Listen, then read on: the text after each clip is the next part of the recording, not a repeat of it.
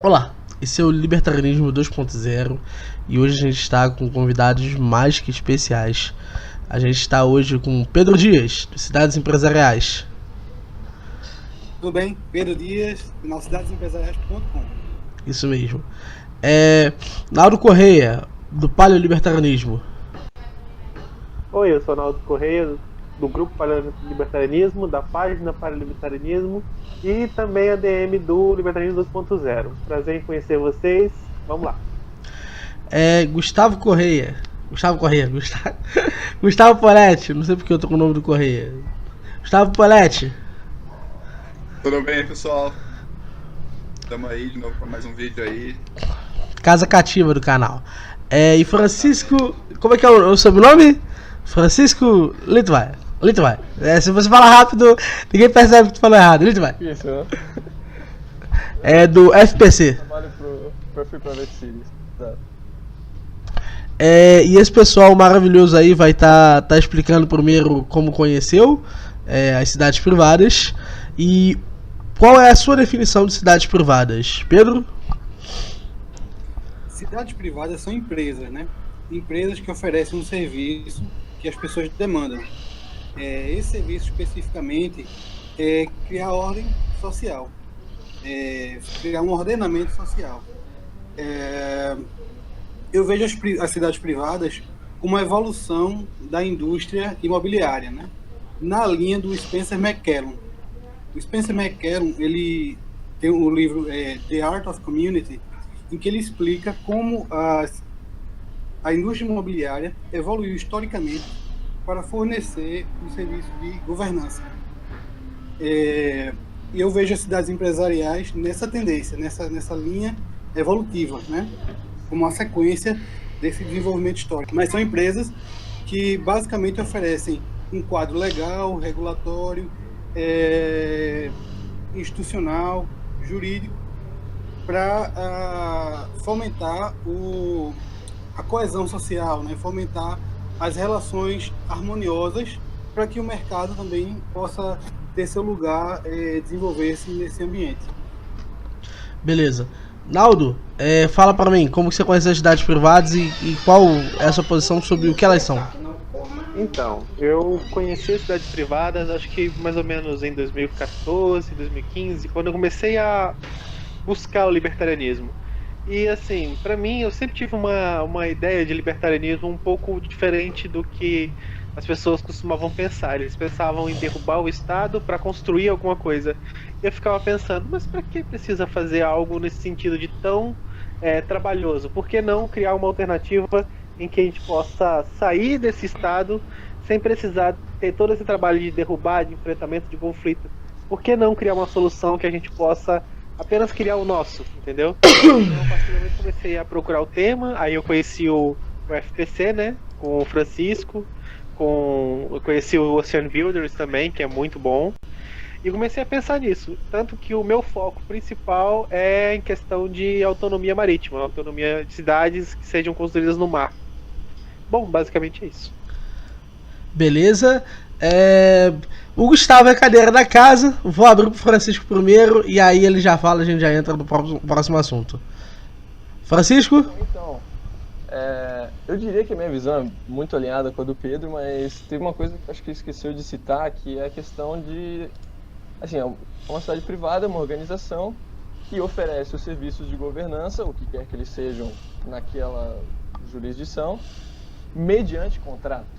Essa é a principal diferença para uma cidade pública. Você tem a questão contratual e daí você começa a tratar de toda essa área da governança, então,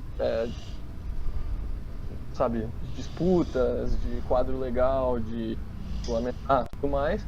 Como um mercado, você deixa de ver isso por uma questão de essa é a lei e começa a ver, olha, quais são as diferentes opções que eu tenho, quais são as diferentes alternativas.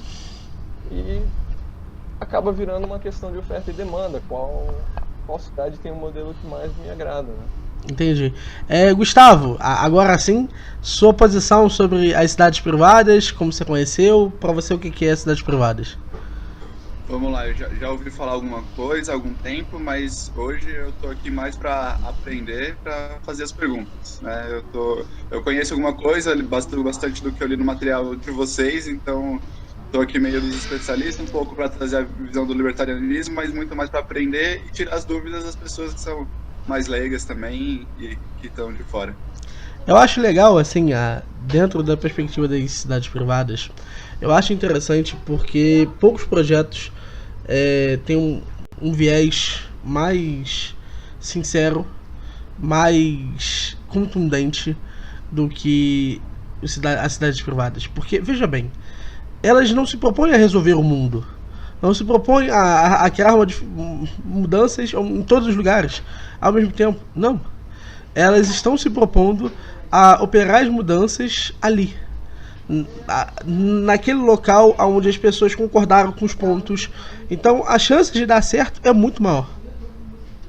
E se der errado também não prejudica tanta gente. Exatamente, dá errado para aquele conjunto de pessoas. É muito alinhado com os princípios do panarquismo, né? Em que você tem direito de sair do sistema. Você não gostou do sistema que você está, o sistema social, você tem o direito de sair do sistema e montar outro, né? Então, se der errado, como o Litvei falou, só dá errado para aquelas pessoas ali que estão envolvidas diretamente naquele empreendimento. E também é um gasto de energia, tanto física como emocional, muito menor, né? Porque se você pensa em tem que derrubar o Estado, tem que fazer eleições, votar naquele que tecnicamente seria o menos prejudicial e todo aquele problema que a gente vê nos países atuais, quando você olha para uma cidade privada, você pensa, poxa, aqui eu tenho todos os contratos com as regras claras, eu sei o que eu posso fazer, eu sei o que eu não posso fazer, eu sei quais as consequências do que eu posso fazer e as punições que eu vou receber. E assim, eu vejo como uma evolução até da forma como a gente consegue se relacionar com outras pessoas. Porque eu não preciso ficar me preocupando com o que ele está fazendo. Porque eu sei que ele vai seguir aquelas regras, ele está aqui dentro. Sim. Sobre essa questão que você falou do conflito da evolução, tem uma frase bem marcante sobre esse tema que a perspectiva, nesse caso, não é revolucionária, ela é evolucionária, né? Você realmente faz uma mudança grande num pequeno local, mas essa mudança grande, se provar algo de sucesso, ela também pode inspirar grandes mudanças em diversas outras cidades pelo mundo. Você pega aí Hong Kong, uma ilha do tamanho do nada ali do lado da China, né, mas foi o suficiente para começar a revolução de zonas econômicas do país. E agora a China toda vive disso, né? Sim.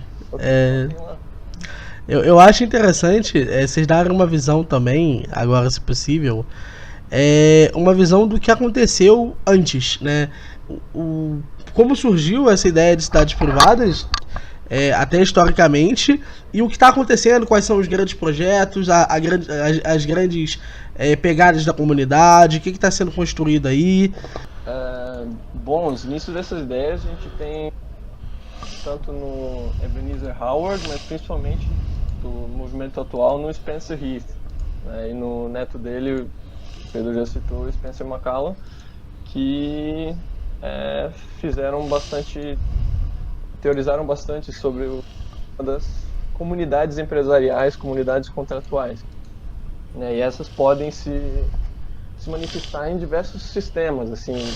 Primariamente elas são divididas pela questão da propriedade, né? A gente tem principalmente 3 tipos de comunidade, em inglês leasehold, freehold e commonhold, mas fazendo em português aqui, seriam basicamente, primeiro, as comunidades proprietárias. Isso seria um modelo de um shopping em que toda a zona é propriedade da corporação que está administrando ou de quem quer que seja. E daí as regiões são apenas sublocadas, são apenas alugadas para os outros residentes. O outro modelo que a gente tem é mais ou menos o da associação de moradores. E os cidadãos têm a propriedade do seu pedaço, exato. Sim. Mas também temos zonas de propriedade pública, que são zonas de propriedade da associação em si. Sim. Né? E finalmente a gente tem a cooperativa, né, em que basicamente temos uma propriedade comum sobre o todo, né? A associação inteira é uma cooperativa, só que Sim, no sim. caso para a questão de trabalhadores. Sim. Interessante, interessante. Todos esses três são exemplos concretos. A maior parte deles vem dos Estados Unidos, assim, que a gente vê hoje em dia. Para a Associação de Moradores tem Highlands Ranch, no Colorado, passa de, acho que chega a 90 mil pessoas, uma coisa assim. Não uma metrópole, né, nada do tipo, mas Sim, sim. uma comunidade contratual. De cooperativa no Bronx, em Nova York, Club City, e lá para 30 mil habitantes, alguma coisa assim. Não estou dizendo de forma alguma que as comunidades são completamente independentes do Estado ou que não necessitam de nenhuma legislação ou apoio da comunidade local, claro, né? Mas, sabe, conseguem se organizar relativamente bem. Ó. A Club City é tipo um bairro classe média, sabe? Só que organizado como uma cooperativa residencial. Sim. E para a comunidade proprietária, acho que o exemplo mais famoso, acho que tem aquele que tem o artigo do Jeffrey Tucker, que é Atlantic City. Exato, Atlantic City. Atlantic Station. Obrigado. Isso. E daí essa é uma comunidade proprietária em que também temos residentes e segurança privada e tudo mais. Se você quiser. Sim, é verdade. O Spencer Heath, inclusive ele faz um paralelo muito interessante, que ele começa a analisar os hotéis como comunidade, né? E ele diz assim, veja só, os hotéis eles têm áreas privadas, tem os quartos, né? Durante a hospedagem é uma área privada. Tanto é que as camareiras, elas pedem permissão para entrar nos quartos, né? Então, durante a hospedagem, o quarto é uma área privada. Os hotéis têm áreas públicas, tem o centro da cidade, que é o hall do hotel, né? O lobby do hotel, tudo mais. Tem até um sistema de transporte público, que são os elevadores, né? Que operam verticalmente em vez de horizontalmente. Então, ele é muito interessante como ele analisa. Nós, comumente, não associamos hotéis, shoppings a comunidades. Mas eles são, de fato, comunidades, né? Só que operam numa base diferente, numa base contratual, ao invés da nossa perspectiva política. Nós, quando olhamos para a comunidade, nós tendemos a ressaltar o aspecto político. Então, para ser uma comunidade, tem que ter política. Mas não é necessariamente assim. O hotel, um shopping, é uma comunidade. É uma comunidade, claro, com fins específicos, comerciais. Mas esses fins também podem ser ampliados, podem ser invocados fins residenciais, fins industriais. Uma comunidade ela pode ser generalista. Uma coisa, inclusive, que o McKellen mostra, né? Que as comunidades elas evoluíram historicamente para dar especialidade para uma coisa mais generalista. Então é bem interessante, vale muito a pena ler o livro do Spencer McKellen. Eu acho interessante porque a pensão, Pra quem quiser ver. se você parar pra pensar, a própria pensão, cara, ela é em alguma instância isso, né? Porque as pensões, as pessoas vivem nelas, vivem longamente nelas.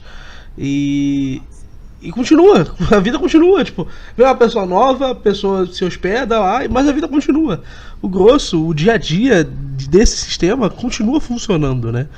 Então é por isso que eu acho interessante pensar como isso já acontece, já temos exemplos assim.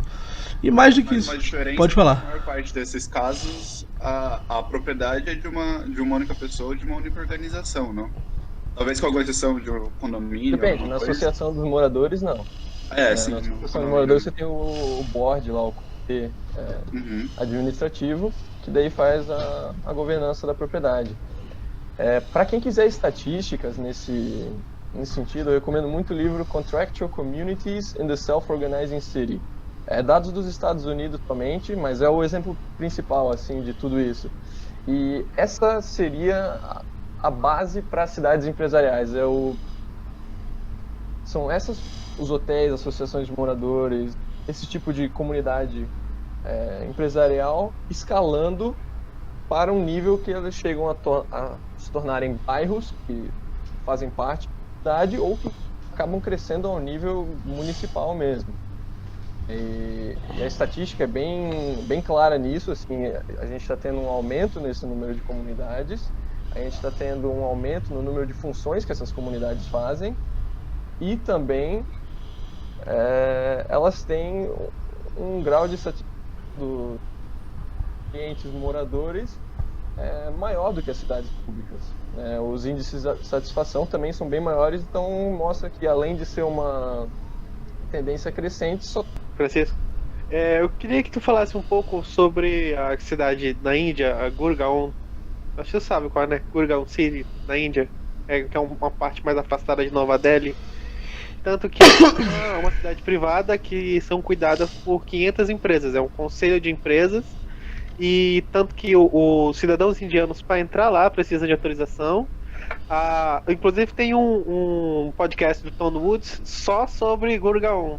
Não sei se vocês já chegaram a ouvir ele, mas é excelente, assim, é uma das coisas que eu posso recomendar aqui sobre um conjunto de empresas que provê todos esses serviços de forma privada e totalmente autônoma do Estado, assim, praticamente as únicas coisas que a Índia fornece para eles é questão de esgoto, onde é o final da linha de esgoto deles, que tem que sair para junto da linha indiana, e a questão de estradas, a parte final da estrada, que é domínio da Federação Indiana, no caso.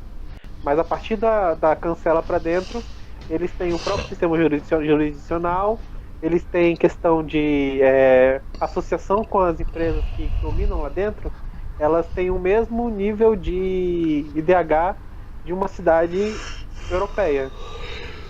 Não sei se vocês já conhecem, mas se vocês não conhecem, eu deixo aqui a indicação. Eu achei legal. O Gurgaon também foi bem especial, assim, porque eles conseguiram adquirir toda aquela região para poder fazer esse desenvolvimento, que não é uma coisa exatamente fácil na Índia, mas foi um caso especial, não lembro exatamente como, eu tinha que dar uma lida de novo, mas eles deram uma sorte que conseguiram ter a cidade para eles. Que normalmente no terceiro mundo, pra gente, no lamaçal burocrático que é quase impossível, né? Mas aí foi um caso de sucesso mesmo. Realmente, e o nível de autonomia deles é impressionante. Assim, quando você mostra os vídeos da cidade, as pessoas não acreditam que é a Índia, porque é tudo tão limpo, organizado. Não que, logicamente, a Índia não tenha lugares bonitos, deve ter, mas no geral a gente sabe que o país é um país de terceiro mundo, é um país subdesenvolvido, que as pessoas têm uma mentalidade e uma noção de convivência que muitas vezes eles pensam mais neles do que pensam no ambiente que eles estão em volta. É tipo quando você chega aqui no Brasil, em Curitiba, pela primeira vez, né? Tipo, tá tudo limpo. Isso. E faz frio, né? Curitibano. Sim. Parece Europa. Então. Eu acho legal disso tudo. Vocês fizeram um bom abarcado das situações, mas eu vou precisar ser um pouco descrente aqui. Eu vejo pelo menos um problema nas cidades privadas, que é a questão da herança. O que vocês acham do tema? Assim, a passagem de pai para filho daquela região. Porque assim, digamos que você cresça numa cidade privada, como vai acontecer com algumas pessoas daqui a 10, 20 anos. Seu pai morre. Qual a sua relação com esse contrato? Aquela casa que você comprou é sua? Você pode se alienar dela? Como ficam essas questões? Eu li um paper muito interessante, que vai estar inclusive na descrição, comentando como há uma necessidade até muito delicada desse tipo de projeto, de tomar muito cuidado com algumas coisas, com emergências, com assim, tem algumas complexidades, né? Eu acho que a herança é uma delas. Essa passagem de pai para filho, por exemplo.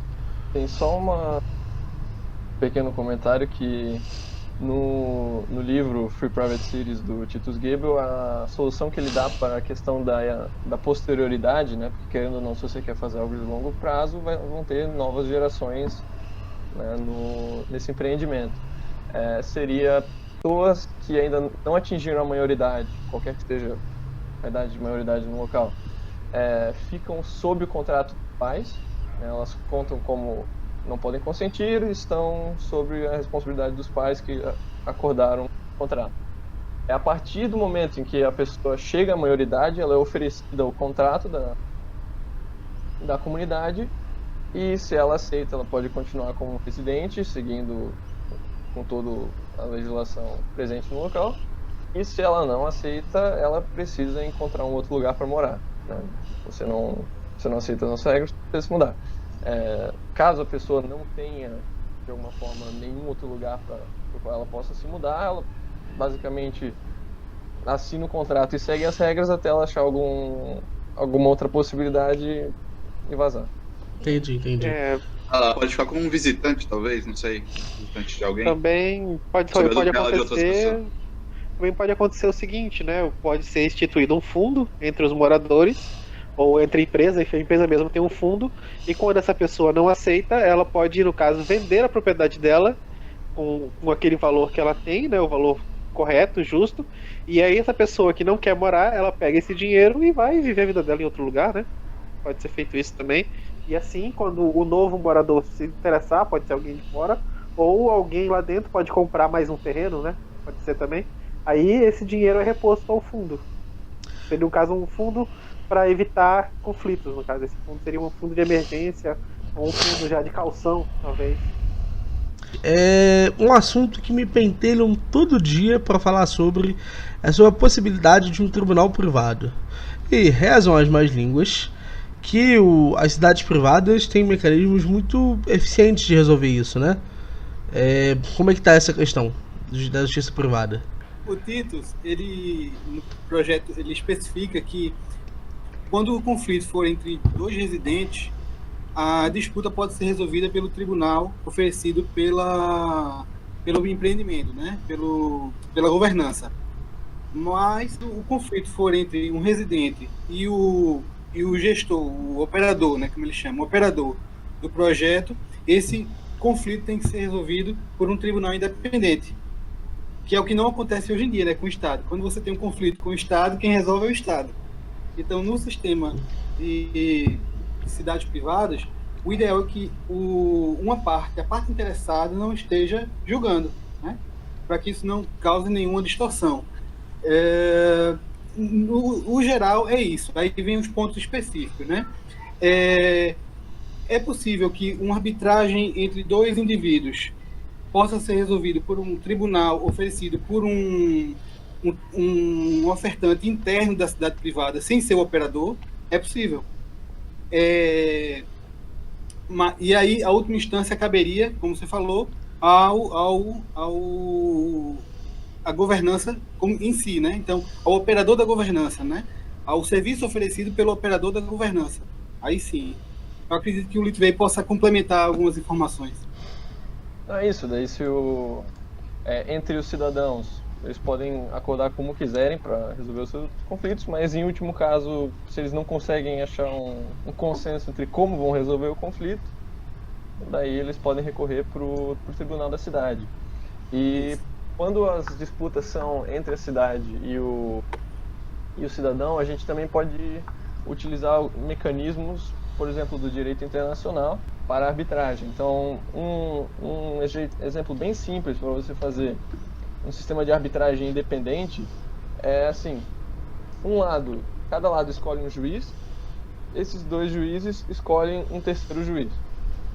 E daí você tem, claro, o número pode ser maior, pode ser 5 juízes, 10 juízes, o número que for. Mas você tem basicamente a formação dos juízes de forma igual pelos dois lados, né? E isso já ajuda a evitar um monte de abuso, porque tem de casos de abuso, né, pelo Estado, sei lá, um policial faz merda, daí o juiz, sabe... Eu acho legal essa parada, cara. Eu gostei mesmo dessa parada. Não tem incentivo pra prender ou pra fazer a punição necessária. Então, né?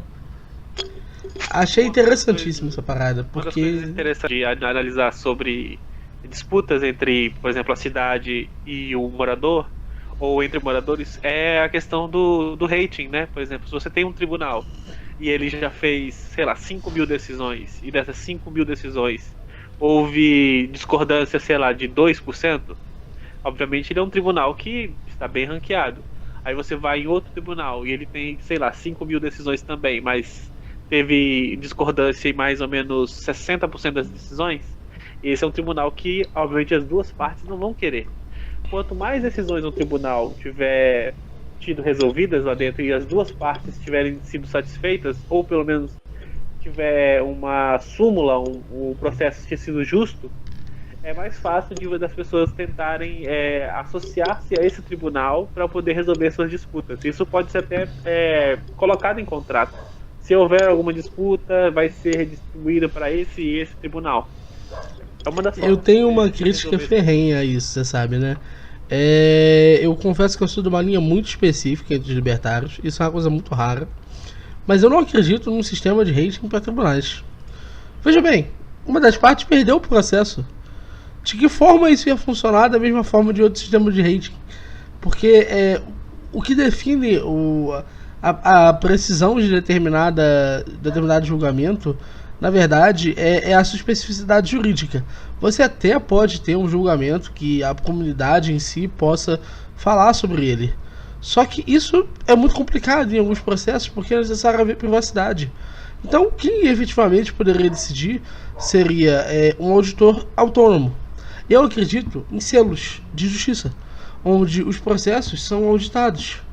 E você possa, para cada processo, ter lá o selo do fulano, para cada tribunal, o selo do fulano, que é um fulano confiável, que é uma pessoa idônea, para dizer, esse tribunal é um tribunal idôneo, as decisões dele são decisões idôneas.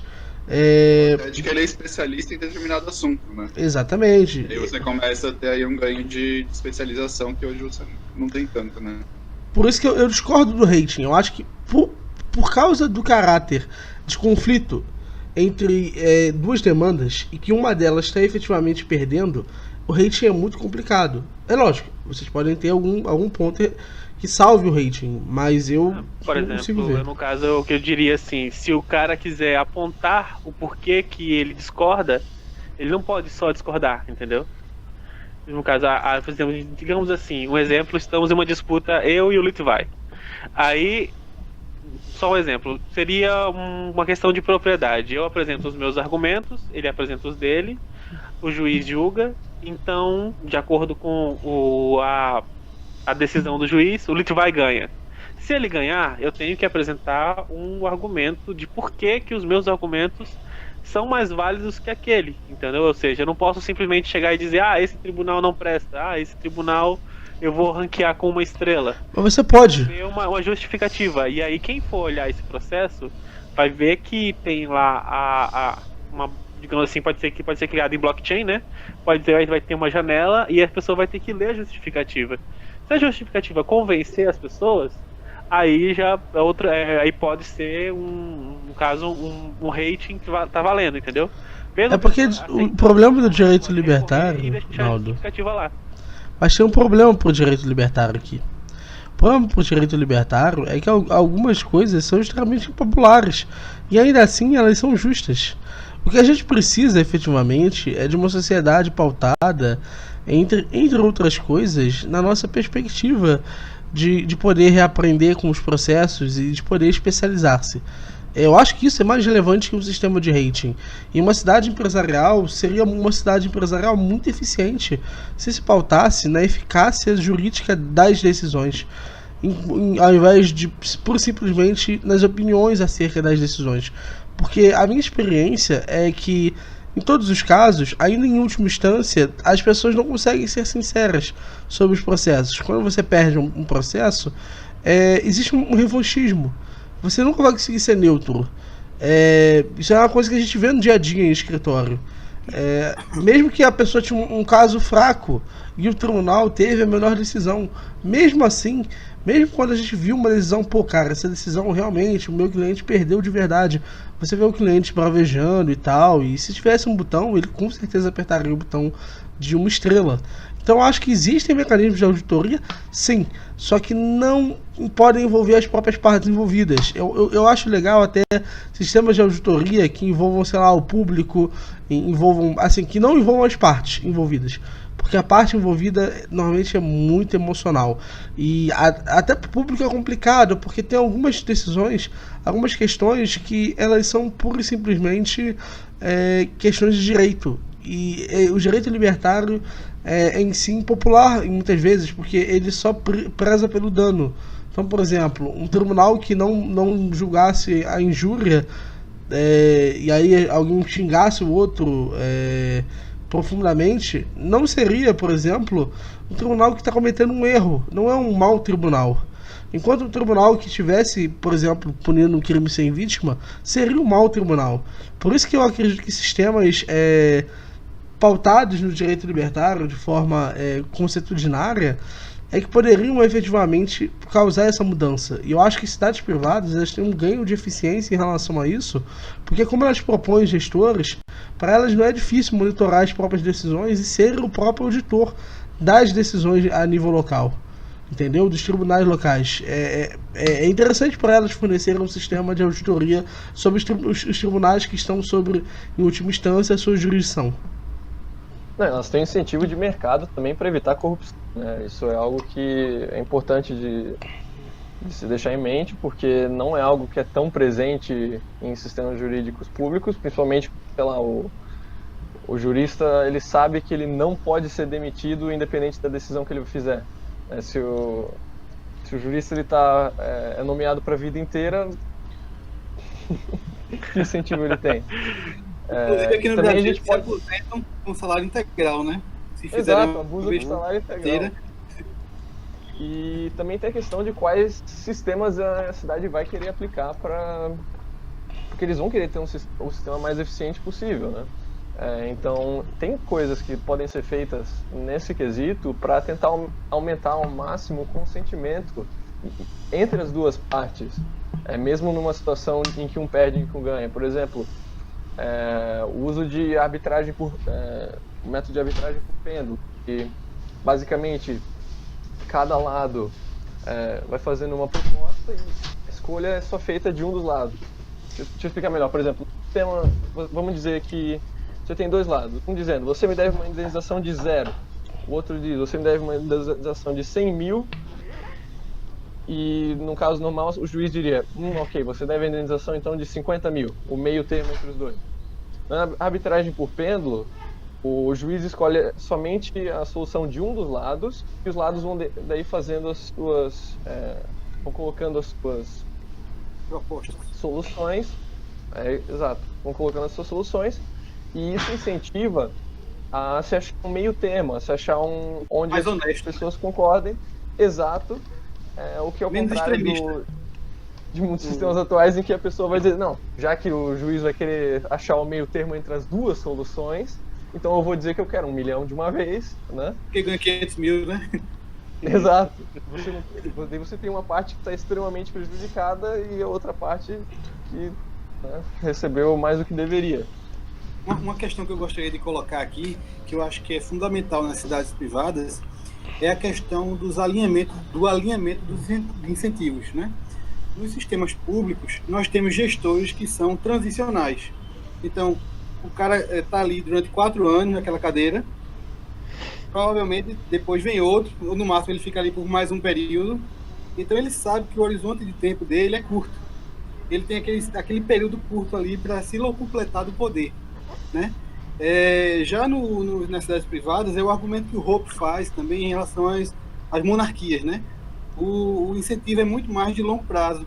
Então o cara tem incentivo para fazer uma governança visando o longo prazo, né? Que é o que as pessoas desejam. As pessoas desejam um sistema que pense no longo prazo, né? Que seja voltado ao longo prazo e não que consuma capital, como ocorre atualmente. Atualmente os sistemas eles são geridos por pessoas que visam o curto prazo, que fazem políticas populistas, que queimam capital. E como a gente sabe muito bem da escola austríaca, queimar a capital é a receita do fracasso, é a receita da miséria, é a receita da pobreza, né? Então, isso é assim, um ponto fundamental da cidade privada, não poderia deixar de ser colocado nesse hangout, é a questão do alinhamento de incentivos. Exato. E Se não tem dono, ninguém se importa. Essa é a questão. A cidade pública é uma cidade que não tem dono, ninguém é o dono da cidade. Não tem dono. Privada você tem um dono, então você tem alguém que tem o valor do capital. Então ele tem um incentivo para cuidar do valor de capital. A tragédia dos comuns, tudo de novo. Se você tem o usufruto, mas você não tem o valor de capital, pô, o que eu ligo se a cidade, né, for mal no longo prazo? Essa é a questão do alinhamento de incentivos. Você tem o valor de capital, então qualquer aumento no usufruto que é detrimental ao valor de capital, você não vai fazer. Em relação a essa parte do direito, né? O que já foi tentado, o que já teve de teste? Já teve alguma coisa nesse sentido? Ou a maior parte das cidades privadas, dos testes, dos experimentos que temos hoje, eles ainda dependiam fortemente da justiça estatal? É que tem duas principais áreas de ação de onde vem isso. Você tem a iniciativa privada vindo a parte de cima para baixo, basicamente, que são essas comunidades se expandindo e testando os limites. De baixo para cima, né? De baixo para cima. De baixo para cima. E de cima para baixo é quando um estado faz uma legislação para uma zona econômica especial que tenha maior autonomia, que tenha liberdade para fazer a sua própria regulação para áreas em que normalmente não teria se fosse uma cidade comum. E isso tem... você tem diversos exemplos de locais que permitem um sistema legal distinto, não necessariamente cidades privadas, mas que podem servir como bons precursores, por exemplo, Dubai. Dubai, eles são parte dos Emirados Árabes, eles têm a lei islâmica, mas o Centro Econômico de Abu Dhabi e de Dubai permite o uso da common law britânica. Eles basicamente têm dois sistemas legais distintos operando simultaneamente. E essa é mais uma consequência benéfica, é a competição de jurisdições, né? Que é aquele princípio, vá para onde lhe tratam melhor. Então, se você tem a possibilidade de ter mais de um sistema operando em uma determinada nação, por exemplo, você tem a possibilidade de escolher, e isso tende a aumentar a efetividade, aumentar a qualidade do que é oferecido. Porque você sabe que se não oferecer bem, é por isso que até o título fala, né? As cidades privadas, elas não só são benéficas para os residentes, para os contratantes, né? Mas também para toda a nação, porque ela se sente pressionada a oferecer melhores serviços, porque ela sabe que ela tem um concorrente interno. Se ela não oferecer um bom serviço, ela vai perder residentes. Exato. O melhor lugar que eu recomendo para vocês olharem sobre todas as zonas econômicas especiais, o nível de autonomia que ela tem, como elas estão operando, é o dashboard da Startup Society Foundation. Eles fizeram um compilado bem legal de tudo quanto são zonas especiais pelo mundo afora. Então, o Daniel pode colocar o link depois no Hangout, né? Descrição! Coloca o link na descrição, né? Estará lá. E daí vai desde Ecovila, cidade privada, centro internacional como Dubai, todo tipo de legislação pro tema. O Litvei falou agora da Ecovila e eu lembrei de uma coisa interessante. As pessoas ficam lutando, né, por meio do voto para um sistema ideal. Então, existem aqueles, por exemplo, que são mais voltados ao ambientalismo.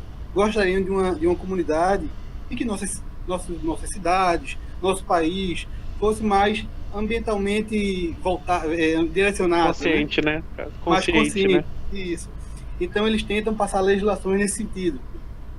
Já existem aqueles que gostariam de um desenvolvimento urbanístico mais explosivo, né? Gostariam de cidades grandes, com arranha-céus e tudo mais. Então, você vê vários tipos de desejos, de vontade, de tudo isso em conflito mediante o voto, né?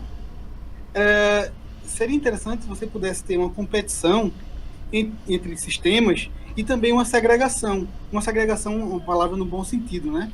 Ou seja, você ter cada um morando no sistema que deseja, residindo no sistema que deseja. Você gosta de ecovila, você gosta de um sistema voltado ao ambientalismo, tudo bem. Vá morar no seu pedaço lá, com os seus, né? Você quer um lugar com arranha-céus, onde não tenha nenhum pé de árvore, tudo bem, vá morar lá com os seus. Assim, não precisa ficar mediando, não precisa existir essa guerra mediada pelo voto para o sistema ideal. Você pode ter vários tipos de modelos de sociedade, por exemplo, voltadas à religiosidade, né? Comunidades religiosas. Você pode ter diversos tipos de sociedade coexistindo, né? No sentido de que cada um procura o sistema e encontra o sistema que quer, que deseja. Exato. Aquela velha história do Rothbard de que no anarcocapitalismo o socialismo seria possível, é isso aí, a cidade empresarial, se você assinou um contrato consentindo aquele sistema, o sistema não precisa ser o livre mercado completo. Se você consentiu morar numa comunidade socialística, né, vai lá, Socialística. Tendo cláusula de saída, né? Exato, você assinou um contrato, você está voluntariamente lá, você tem a possibilidade disso aí. É importante frisar que as sociedades podem estar competindo entre si. Não é só questão de você escolher, mas, por exemplo, você comparar sociedades que têm determinadas práticas, como, por exemplo, o aborto, e outras que não têm. E as pessoas poderem comparar com a sociedade mais próspera e decidirem, efetivamente, de repente, se mudar de comunidade em função disso. Isso é um parâmetro de comparação foda, incrível, porque você passa a poder ter noção do que causa, do que traz mais prosperidade, e quais são as práticas que são efetivamente melhores. Do ponto de vista comparativo, é uma experiência única, né? Eu acho que esse é o ponto. Isso me lembra um outro ponto, que aí eu acho que vocês podem comentar mais, mas sobre poligovernos, de ter mais de um governo numa mesma comunidade. Acho que Patrick Friedman, né, o neto do Milton Friedman, fala bastante sobre isso, né? David. O Patrick Friedman é o do Sisteri. Do Sisteri, tá. Isso. O David é o que fala mais sobre sistemas policêntricos. Legal. O que vocês veem nisso? O que a maior parte dos autores comenta sobre isso? Ou é meio viagem, assim? O que vocês sentem? Cara, então, o Titus, assim, ele não vê nenhuma impossibilidade teórica, tipo, eu sou contra. Mas tem custos de resolução de disputas entre agências de segurança acabaria sendo inibitivo, seria proibitivo para a cidade, né? Porque, sabe, é possível, mas no paradigma atual esses custos para resolver problemas entre as agências de segurança, quando caso uma pessoa contrata uma agência, outra pessoa contrata outra agência, acaba tornando a questão inviável. Mas não é uma questão de força de segurança, né? É questão de sistema de governo. Governança mesmo, né? No geral. Isso. Uhum. Ele disse que precisa ser testado, né? Ele levanta o ponto de que, não, como o Litvei falou, não diz que não possa existir, mas que precisa ser testado. E outro ponto que ele levanta também é que existiria talvez uma questão do custo de transação ser alto, né? Porque quando você tem diversas agências de segurança competindo no mesmo território, que são agências também de competição legal, né? Competição legal, competição por sistemas jurídicos, né? Não só segurança, né? Segurança parece que é só uma coisa, mas segurança e um sistema legal, né? Competindo no mesmo território, você pode ter aí um problema de custo de transação, de elevados custos de transação. Mas ele não diz que é impossível. Inclusive, no livro, no capítulo 3, ele diz assim, olha, e nós criamos aqui na nossa comunidade uma área chamada ANCAP Zone, destinada a testar novas ideias. E Liberstad também, se eu não me engano, na Liberstad, Noruega, eles são um desenvolvimento de cidade privada que está sendo feito por John Homeland. E ele falou, ele tem uma área que vai ser, vamos testar exatamente, vai ser uma Ancap Zone, né? Sim. Na parte principal vai ser operado pela Liberstad Inc., não lembro exatamente o nome da empresa que ele fundou, mas naquela zona a gente vai deixar, liberar para quem quiser tentar fazer os... Também tem uma parte que... Existe outro... Desculpa, Arnaldo. Não, pode falar, eu vai. posso só completar uma coisa. Completa. Uma outra coisa que eu também vejo, e que o Tito, que eu me lembro, não colocou isso no livro, mas é um problema que eu vejo, é o problema da tragédia dos anticomuns. Que a gente está habituado com a tragédia dos comuns, né? Quando uma coisa pertence a todos, na verdade não pertence a ninguém. Então, a tendência é que haja a sobreexploração, né, daquele recurso. Um outro problema é a tragédia dos anticomuns. O que é que significa isso? É quando um recurso ele tem tantos proprietários que eles não conseguem chegar num acordo sobre o uso daquele bem. Como é que isso acontece? No caso das cidades privadas. Você imagina aí que a cidade começou pequenininha. Era uma cidade com 10 casas e uma rua pequena. Mas essa cidade cresceu. Ela cresceu a tal ponto de ter 1.000 habitantes. Quando chegou no milhar, o que aconteceu? As ruas eram tão pequenas que não possibilitavam mais o tráfego de veículos. Era necessário expandir, alargar as ruas. Como é que você vai alargar as ruas se cada pedaço por onde a rua passa, cada propriedade por onde a rua faz interseção, né? Cada propriedade dessa, o cara tem o direito pleno a dizer o quanto ele quer para que a rua seja alargada, para ceder uma parte do seu terreno. Então vamos dizer, a rua passa pelo terreno do sujeito A, do sujeito B, C, D até Z.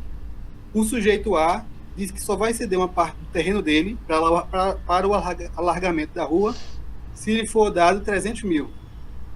É um sujeito que cooperou. Mas o sujeito B não cooperou. Ele disse que quer 2 bilhões. Ou ele não quer nada também, né? Ele pode dizer, não quero, e acabou. Mas ele vai brigar. Mas ele sabendo da importância da localização dele, ele tem todo o incentivo para fazer a extorsão. Porque ele sabe da importância do local dele. Mas aí que tá. Mas ele é afetado pelo problema. Mas existe um limite. Ele tem o limite do custo da alternativa. Ele não consegue extorquir para sempre. Ele só consegue cobrar até o preço do custo de fazer um túnel por baixo ou de fazer uma estrada pelo lado ou por cima, né? Ou algo do tipo. Ou comprar outros moradores e passar pelo lado, né? Fazer uma curva, né? Ele tem um limite ali. Isso é verdade. Mas é que aumenta muito o custo. De transação. É exatamente a questão. Mas aí o próprio mercado ajusta isso, né? Porque se o preço for muito alto, vai chegar num preço que não vale a pena. O congestionamento, ele resolve o congestionamento por outro caminho, entendeu? Ou não libera o uso de carros naquela região, né? O próprio mercado ajusta isso, né? Tem um limite de preço aí. Vai chegar num determinado preço que não vai valer a pena fazer o projeto em si. E acredito também que ele possa negociar em grupo também. Ele fala assim, ele chama todos, mas eu quero comprar, mas só vou comprar de vocês se todo mundo aceitar. E aí os que querem aceitar vão acabar tendo que pressionar o outro ou negociar com esse outro para ele aceitar também. Eu não vejo Tem muitas saídas aí. Nesse sentido. É como eu costumo dizer, isso não impossibilita o desenvolvimento da comunidade, mas pode ocasionar um constrangimento. Um constrangimento em sentido, a comunidade não consegue crescer. Por quê? Porque todos estão sujeitos ao atendimento de demandas particulares. E veja que isso não é só com relação a ruas, não. Isso é com relação a tudo que envolva todos. Então, por exemplo, poluição... Espaços públicos no geral, é a maior aplicação da tragédia dos anticomuns. Isso. Então, veja, esse tipo de problema pode gerar um problema de custo de transação enorme. E veja, o ponto que você colocou é certo. Não quer dizer que isso vai impedir necessariamente o desenvolvimento da comunidade, mas pode gerar um constrangimento que a sociedade não consegue crescer, ela fica sujeita ao atendimento de demandas particulares. Mas tem muito mais saída aí, cara. Eu consigo pontuar pelo menos umas 5 saídas aí. Problema de escoamento. E só para as ruas, né? Um boicote social e por aí vai. Não sei se eu estou muito enviesado pela visão do Bloch, lá das suas privadas e tal, mas eu tenho a impressão que é tudo uma questão de ajuste pelo sistema de preços, que eu acredito que o próprio sistema de preços arruma tudo isso. Mas a cidade É o faz caso parte do sistema de preços. Então. A gente não está no sistema coercitivo. A cidade ter que organizar suas coisas também é uma decisão de mercado. E a gente agora entra na questão operacional de como vai ser organizado. Entendi. Né? Se a gente tivesse num panorama de coerção, de mandações, não, deixa pro sistema voluntário. Mas agora a gente já está no sistema voluntário. A gente vai ter que essas questões operacionais de qualquer forma. O que eu vejo mais é o seguinte, que, por exemplo, se eu tiver uma agência de segurança A, B e C, por mais que elas estejam agindo naquela região, elas não vão poder se diferenciar muito uma da outra e também elas não têm o incentivo para entrar em conflito uma com a outra, o que vai acabar fazendo com que elas convirjam para um mesmo tipo de atuação. No final vai ser como escolher entre 3 agências que na verdade são a mesma coisa. Eu vejo dessa forma. Porque é economicamente inviável que uma agência vá brigar com a outra agência por conta de um morador, e esse outro morador vai ser também economicamente inviável, que ele vai ser defendido de uma agência pela outra se ele estiver errado, obviamente, porque todas as questões vão ser colocadas em contrato. Então é muito mais fácil que tudo seja resolvido de forma pacífica, sem as vias de fato de um conflito. Tem bastante avanços atualmente nessa questão de sistemas policêntricos e de governança não territorial, né? Quem quiser dar uma olhada num projeto de blockchain disso, tem a BitNation, que está trabalhando exatamente nessa questão de jurisdições não territoriais, em que você pode... pessoas em diversas partes do mundo podem fazer parte de uma mesma jurisdição, e elas basicamente estão sob um sistema legal voluntário disperso, né? Ainda não está 100% operacional, mas eles estão trabalhando nisso. E você também tem outros paradigmas em questão de governança e uso da terra, por exemplo, no Seasteading, que a gente tem agora o pessoal fazendo avanços, né, na construção para cidades marítimas, e a governança ali é bem diferente, porque é um caso muito especial. Numa cidade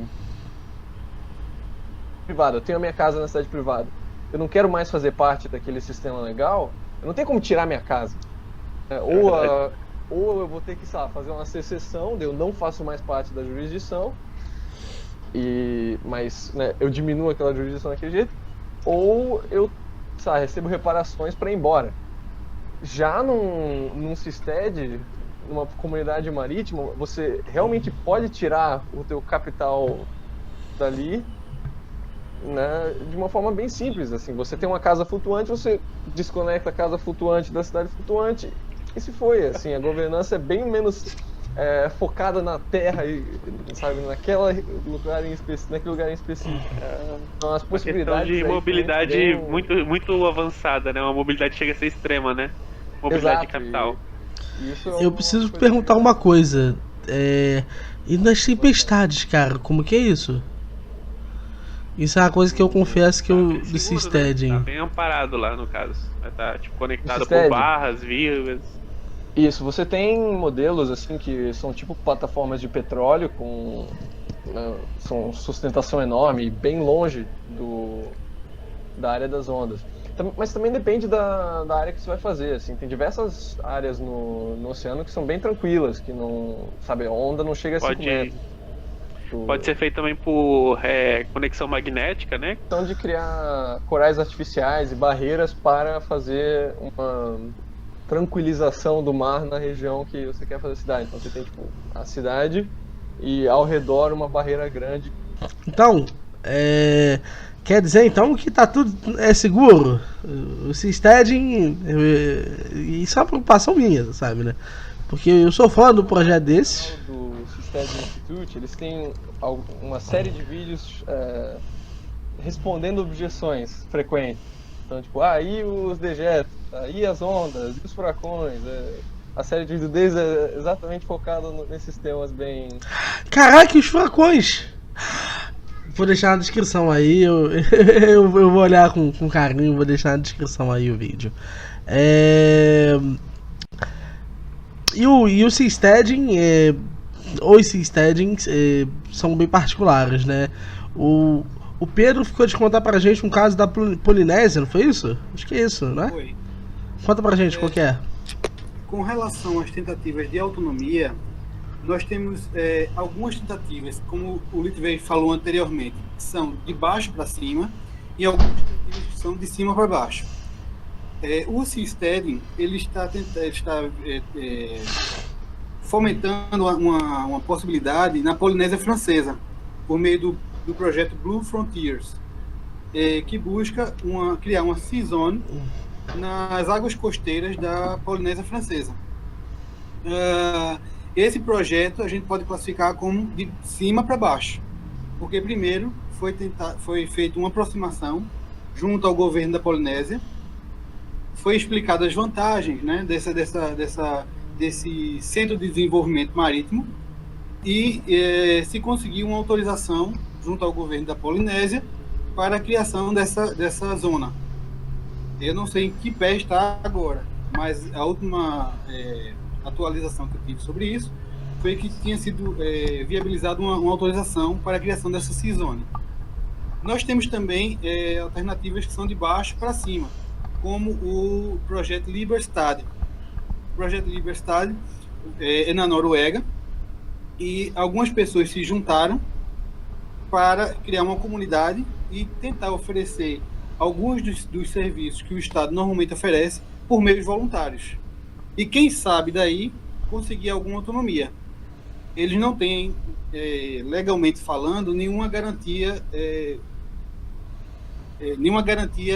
já concedida, né?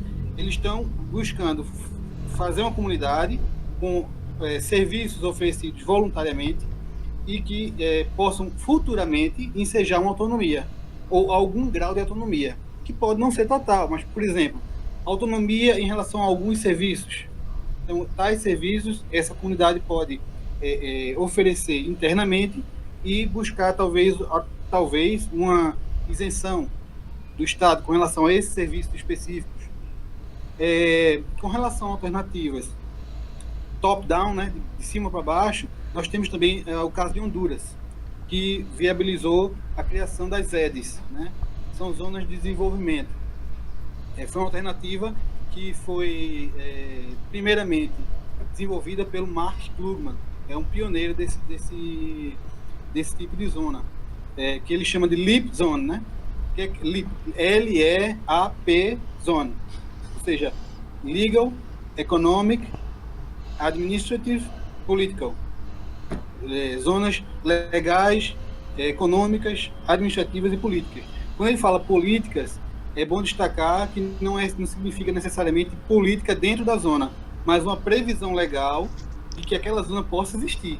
Então, quando ele fala political, quer dizer que existe uma concessão plasmada em texto legal que permite a existência daquela zona. É por isso o termo political. Só para deixar claro. Que zona! Ah, que pedinho horrível. Uma questão que eu queria soltar aqui, o Klugman fala sobre essas leap zones, é que ele, claro, tem a sigla, né, mas é baseado no conceito de leapfrogging, que se fala tanto para a área de TI quanto para toda a área econômica, que seria basicamente fazer esse pulo de sapo de zonas em desenvolvimento pularem gerações e irem direto para o século XXI.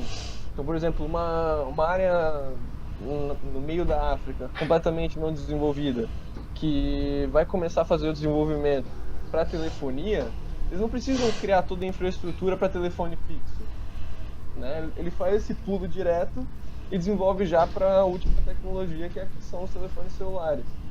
Sim. E o que se vê bastante hoje em dia, e é uma das razões pelas quais as zonas econômicas especiais estão se popularizando, é que os governos, principalmente os que têm problemas financeiros ou problemas de desenvolvimento grandes, é essa demanda por uma alternativa para finalmente trazer desenvolvimento, nem que seja numa área menor, né? Então, atualmente, mais de 80% dos países do mundo já tem uma zona econômica especial de alguma forma. E, como eu tinha falado antes, tem uma olhada no dashboard lá das Startup Societies, está tendo um aumento do escopo dessas zonas e, ao mesmo tempo, de baixo para cima, a gente está tendo um aumento das comunidades empresariais, das ações que elas estão tomando. Então, está sendo um desenvolvimento que elas estão quase se tocando, assim, de cima para baixo, de baixo para cima. Uma coisa muito interessante... Pode dizer, desculpa, Litrei. Quem quiser também ler sobre essa questão da evolução dessas comunidades, dá uma olhada no paper do Mark Fraser, o cara escreve muito sobre esse setor, chamado A New Hanseatic League, que ele fala sobre todos os precedentes e depois sugere uma nova Liga Hanseática.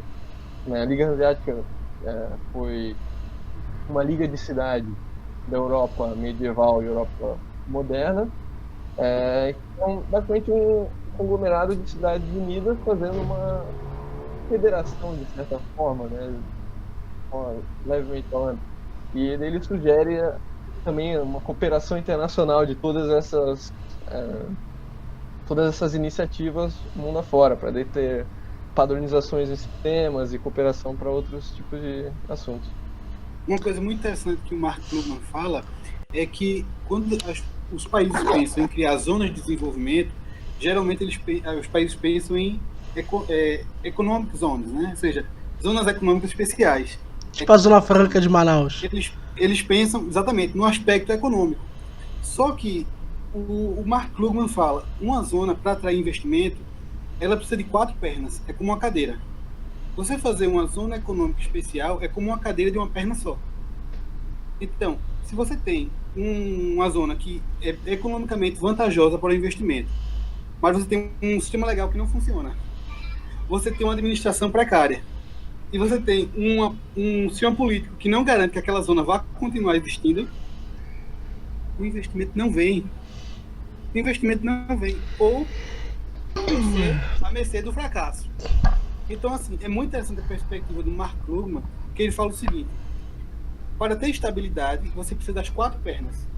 Você precisa de uma zona que seja economicamente vantajosa, uma zona que tenha um sistema legal que funciona, reconhecido internacionalmente, que tenha uma administração limpa e pautada, e que tenha uma previsibilidade legal de que aquilo não vai acabar da noite pro dia. De que não vai chegar um Lula da vida e vai dizer, acabou a zona. Então, isso é bem... Acabou. É engraçado, né? Porque eu não consigo deixar de reconhecer o trocadilho, né? Acabou a zona. Tá bom, já fiz a piadinha, pode continuar. Então, é bem interessante a perspectiva do Mark Krugman, de como, ele diz assim até, uma coisa bem interessante, as zonas econômicas, elas precisam ser um selo postal para onde os investimentos vão olhar e vão chegar. Então, você tem que criar um ambiente ideal para que os investidores olhem e digam, aquilo ali vale a pena investir. Porque tem uma administração boa, tem um ambiente econômico bom, tem uma previsibilidade legal de que aquilo vai permanecer, daquilo do jeito que está, e tem um sistema legal que funciona, né? Cara, muito maneira essa visão, não conhecia. Eu vou começar a usar isso de exemplo quando eu for abordar esse tema. E agora eu acho que pra gente fechar, eu acho que o grande lance é expectativas. Vamos falar de expectativa. Quais são as expectativas de vocês para esse tema tão interessante que é cidades empresariais? Começo com o Pedro. Pedro, qual a sua expectativa? Eu acho que o desenvolvimento de zonas com maior autonomia e com sistemas mais responsivos, ou seja, que respondem às demandas das pessoas, é uma coisa assim que não é questão de se, é questão de quando. Então, isso vai acontecer. vai acontecer em algum momento. Quer dizer, já está começando a acontecer e vai acontecer cada vez mais. Simplesmente porque as pessoas se cansaram, estão cada vez mais se cansando de sistemas que cobram muito caro e oferecem muito pouco, né? Quando você vê alternativas, você cria, né, quase como uma decorrência de que haverá a fuga para a alternativa, né? Haverá a saída das pessoas para essas alternativas. As cidades privadas, elas atendem a demandas. É importante frisar isso. Elas atendem, ou seja, as pessoas estão dispostas a pagar para ter isso aí, né? Ninguém, não vai ser um sistema que vai ter que vir da ONU, a ONU vai ter que financiar, não. As pessoas estão dispostas a pagar. Eu quero pagar, pegar uma parte do meu dinheiro, colocar nesse negócio e morar lá. Tá entendendo? Então, assim, isso atende a demanda. Eu acredito que vai demorar algumas décadas para que essa ideia se consolide e os projetos começam a ter alguma visibilidade, mas eu acredito que é algo que não é questão de si, mas questão de quando. Muito bom. E se a pessoa quiser saber mais sobre você e sobre o que você está fazendo? Eu tenho um site, né, cidadesempresariais.com, que com bastante trabalho eu consigo colocar algumas traduções lá. Tenho pessoas também que às vezes me ajudam. Eu vou colocando traduções em relação ao assunto, né, das cidades empresariais. Tenho também um canal no YouTube de mesmo nome, Cidades Empresariais, e tenho um grupo no Facebook. Só um ponto interessante de como surgiu isso para mim, né? Eu já ouvia falar sobre isso, o projeto Liberstad já era do meu conhecimento, mas foi num post do projeto Liberstad, em 2016, que eu tomei contato com a literatura do assunto, né? Que eu, num post de blog do projeto Liberstad, estava lá uma referência ao Spencer e McKellen. E estava também uma outra quantidade de links. Então eu comecei a entrar em contato com a literatura do assunto. E eu vi, pô, isso aqui é muito rico, o Brasil tem que conhecer isso, assim, as pessoas têm que conhecer isso. Existe uma literatura que não está sendo vista, não está sendo conhecida. Então eu tive a ideia de criar o grupo Cidades Empresariais para reunir pessoas interessadas no assunto, e depois criei o site junto com o Robson Cassiano, que também me ajudou muito. Ele tem a coautoria do site, o Robson Cassiano, e a gente trazer esse assunto para o Brasil, né? É um assunto extremamente interessante. Ele basicamente mostra uma forma muito viável pela qual as ideias da escola austríaca podem ser trazidas para a realidade. Porque, veja, as ideias da escola austríaca são ótimas. Isso ninguém está duvidando. Tá, mas como trazer isso para a realidade? Nós vamos falir o Estado? Eu vou sonegar aqui até falir o Estado. Ou eu vou convencer, veja só. Os libertários têm a ideia de que eles vão convencer o número suficiente de pessoas que vai fazer o Estado cair. Não, eu vou divulgar o libertarianismo até X pessoas concordarem comigo e o Estado cair. Eu vou esperar sentado, meu amigo. Ou melhor, eu vou esperar deitado. Até porque os incentivos são contrários, né? Isso não vai acontecer, meu amigo. Você não vai mecanismos de cultura são pessoas até o Estado cair. Veja, o que você tem que fazer não é derrubar o sistema, é criar uma alternativa. Tem esse pedacinho aqui que você, se quiser, pode ir, porque ele é diferente do sistema que você está. Isso tanto é uma alternativa mais prudente, porque os libertários têm que aprender a política da prudência, tem que aprender a ter prudência, né? Chamou o Russell Kirk aí, hein?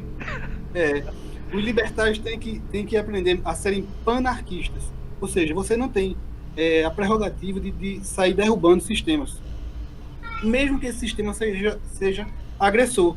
Você tem a prerrogativa de sair do sistema. Secessão. Né? Saia do sistema. Você não gosta do sistema, vamos criar uma alternativa ao sistema. Eu sei que sair do sistema hoje em dia é algo bem difícil, mas se todos nós nos juntarmos e tentarmos, a gente pode criar uma alternativa. Eu acho isso mais prudente, eu acho isso mais factível, eu acho isso superior, uma alternativa superior. Você sabe quem foi a primeira pessoa pra mim a primeira vez que eu ouvi falar de uma cidade privada? Samuel Edward Conkin. Quando ele fala no Manifesto Libertário que comunidades privadas surgiriam em torno de grupos de secessão. É muito interessante. É uma das fases dele. Ele fala, ó, as pessoas vão se seccionar. Só que elas vão ver que elas estão tão independentes do Estado que elas vão se unir a outras pessoas que também se seccionaram e se reunirão em comunidades privadas. E as comunidades privadas existirão enquanto o Estado ainda existe. E ninguém daquela época, muitos anos atrás, estava sequer falando ainda de cidades privadas. Era um assunto ainda muito embrionário. E ele já tinha tido um insight de que, cara, esse é um dos caminhos. Então eu acho uma coisa muito antiga, é uma consequência do algoritmo e que eu acho muito maneiro, eu acho que é muito parte do futuro. Naldo, expectativas e um jabazinho seu. Fala pra nós.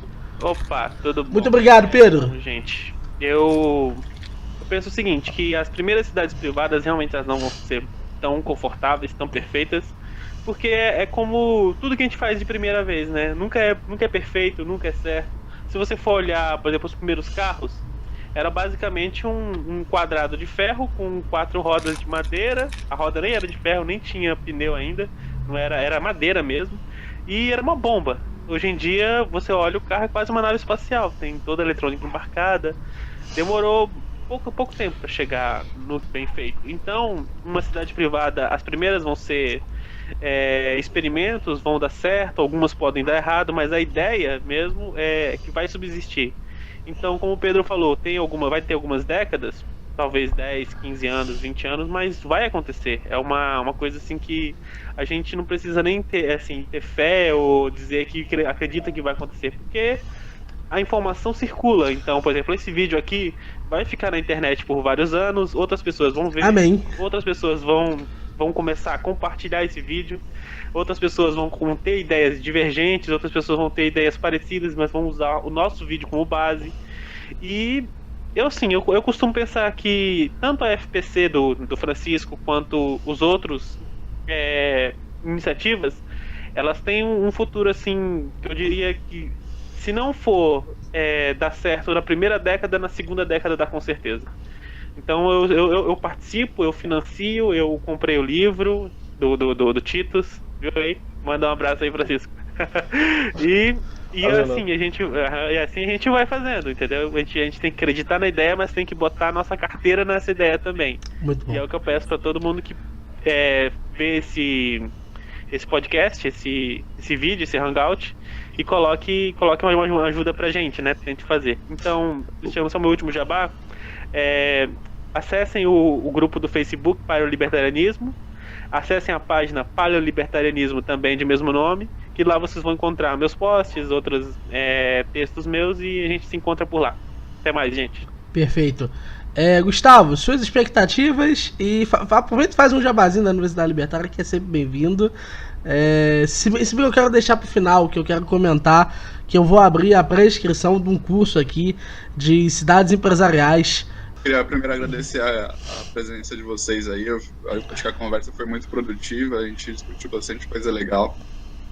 Acho que é muito aquilo que o Pedro falou, a questão de colocar na prática o libertarianismo, o auto-libertarianismo, de fazer isso acontecer, e acho que o que está mais presente, o que está mais próximo é realmente as cidades privadas, né? Isso é aquilo de sair da teoria e colocar a mão na prática, uma coisa que a gente sempre defendeu muito, né, Daniel, na universidade, e que a gente batalha muito para fazer acontecer. Então, acho que essa conversa aqui foi muito importante para a gente.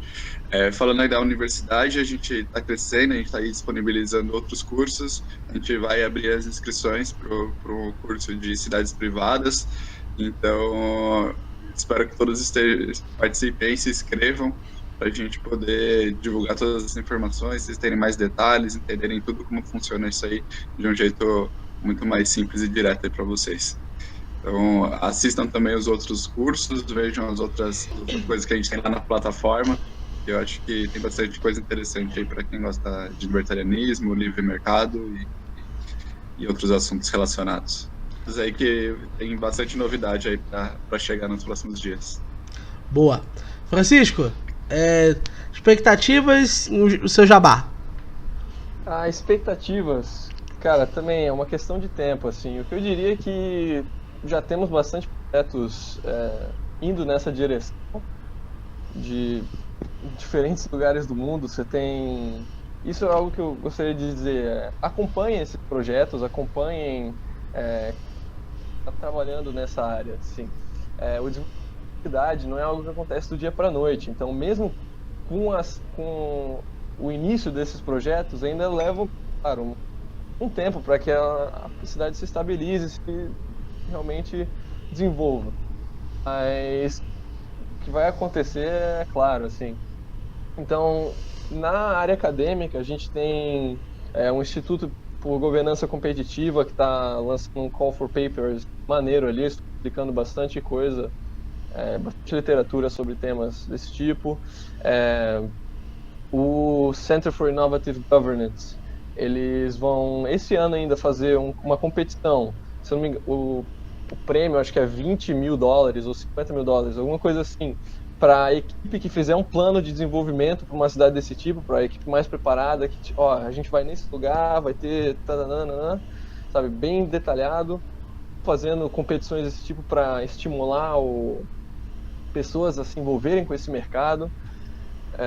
Também tem o sistema legal ULEX, que é um sistema, basicamente um sistema legal open source, que está no GitHub, para direito, para essas zonas especiais, para essas sociedades startup, como se costumamente diz. Então, na parte da teoria, na parte do desenvolvimento de modelos, tem muita coisa acontecendo, né? E mesmo nos projetos no chão. Então, a Free Private City está também espalhando a ideia, está buscando conseguir realmente fazer esse projeto. Exato, tem Muiaepu, que é uma comunidade na região de Karen, e tem também o Nikwashi, que é uma cidade perto de Lusaka, em Zâmbia. Também dei uma olhada, o chefe, CEO, Muya Muzotkane, o nome dele, tem podcast dele falando sobre cidades privadas e artigo dele falando sobre governança contratual e tal. É irado, cara, assim, é África, sabe, o mundo todo que tá trabalhando. Maneiro. Então, sigam esses movimentos e sigam essas iniciativas. E o jabazinho? O jabazinho, visitem freeprivatecities.com. O CEO Titus Gebel tá envolvido com tudo quanto é projeto do tipo. Ele faz parte do board do ULEX, faz parte do board do Sistering Institute, amigo do presidente de Liberland, sabe? Todas essas paradas estamos dentro. Ele escreveu um livro chamado Free Private Cities, Fazendo Governos Competirem por Você, que já está disponível em português na Amazon e na Apple Books. Link na descrição aí. Não pode deixar de falar da Universidade Francisco Marroquim. A Universidade... Pode falar. A Universidade Meu Nome, que eles têm, assim, a melhor parte intelectual sobre esse tema. Eles têm nas palestras do Mark Klugman, eles têm vídeos sobre o tema, eles têm mestrado sobre isso. Exato, sobre cidades empresariais, para quem quiser se especializar em governança contratual e tudo. Eles estão há uma década falando sobre isso. Exato. Muito antes... Eles que fizeram os fóruns iniciais de onde toda essa ideia começou. Então, dei uma seguida neles. Muito maneiro. Cara, vou falar das minhas expectativas. Cara, que hype, velho. Não tem como conversar com esse pessoal e não sair hypado numa ideia dessa, velho. Caralho, não tem como. Você deve estar se sentindo igualzinho a mim, porque é uma energia muito boa. É muita coisa. Se a gente fosse realmente falar tudo, seriam uns 10 horas de hangout, pelo menos. Não, esse pessoal realmente manja aí. Vai estar o link do pessoal inteiro aí na descrição. Mais importante, vai estar na descrição o curso da pré-inscrição num curso introdutório deles sobre cidades empresariais. Eu espero que vocês tenham gostado. Eu peço que vocês deixem sugestões de quem vocês querem ver no canal aqui embaixo, nos comentários. Porque aí eu tenho noção, chama eles, conversa com esse pessoal, vamos trocar uma ideia, que aí fica bem maneiro, a gente consegue fazer um canal mais dinâmico. Eu quero agradecer novamente ao pessoal pelo tempo, porque é realmente difícil. O Francisco, ele, para quem não sabe, ele mora na Áustria, não é isso, Francisco? E é realmente difícil para ele, já tá até de noite, fazer esse tipo de coisa é realmente complicada. Ainda assim ele arrumou um tempo pra gente. Cara, muito obrigado mesmo, beleza? Obrigado. Aí, ó, valeu, Pedro. Obrigado pelo Valeu, Naldo. Aí, ó, que pessoal muito bom. Se você está descontente com o seu governo, se você não está feliz, venha procurar a gente. Procure Free Privatizations e procure todas as nossas plataformas. Procure Ocean Builders, procure Seasteading. Enfim, comprem o livro e estejam com a gente. Muito obrigado. Forte abraço. E pra fechar aqui, eu tenho uma coisa a dizer sério pra vocês aqui. Ser libertário, cara, é sobre perceber que coisas descentralizadas, a liberdade, ela fala alto. Reparem, por que existem tantos projetos de cidades empresariais com tantos formatos e tantas coisas diferentes? É porque não existe um formato certo. É tudo sobre descobrir o formato e sobre tentar e fazer. E leve isso para você, para sua própria vida, para como você pensa isso. Porque você também precisa tentar formatos, tentar coisas, inovar, reconhecer que podem haver fracassos, porque o movimento da liberdade, ele avança assim. E olha quantos projetos maneiros existem, olha quantas coisas maneiras aconteceram. Então, leva isso pra você, leva isso pra sua vida. Sai dessa live, tipo, pensando, cara, eu como libertário, vou levar isso pra minha vida, vou levar isso como construção. Porra, de verdade, se você conseguir pegar isso, acredito que o tempo de todo mundo que tá aqui valeu muito. E essa é a mensagem que eu queria deixar pra você. Lembre-se, soldados da liberdade têm em si mesmos seus maiores generais. Pra quem não é libertário, né, também, assim, se você está conhecendo a ideia agora, de repente a pessoa caiu nesse vídeo do nada, digamos, né?